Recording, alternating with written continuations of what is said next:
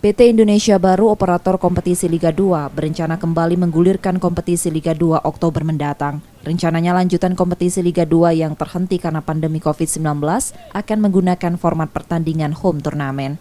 Beberapa hari terakhir, beredar skema pembagian grup yang menempatkan Sriwijaya FC satu grup bersama PSMS Medan, Semen Padang FC, PSPS Riau, Muba Babel United, dan KS Tiganaga yang semuanya merupakan klub asal Sumatera. Terkait hal ini, manajemen Sriwijaya FC mengaku belum menerima pembagian grup secara resmi.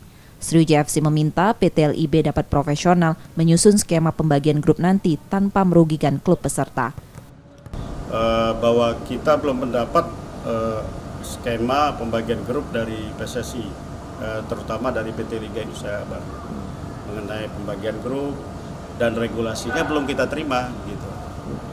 Iya, jadi kan sebenarnya di awal kemarin sudah disampaikan juga di rapat virtual dengan PSSI ya, bahwa pembagian grup itu kita inginkan profesional ya, terutama ada tim lain juga mengusulkan begitu.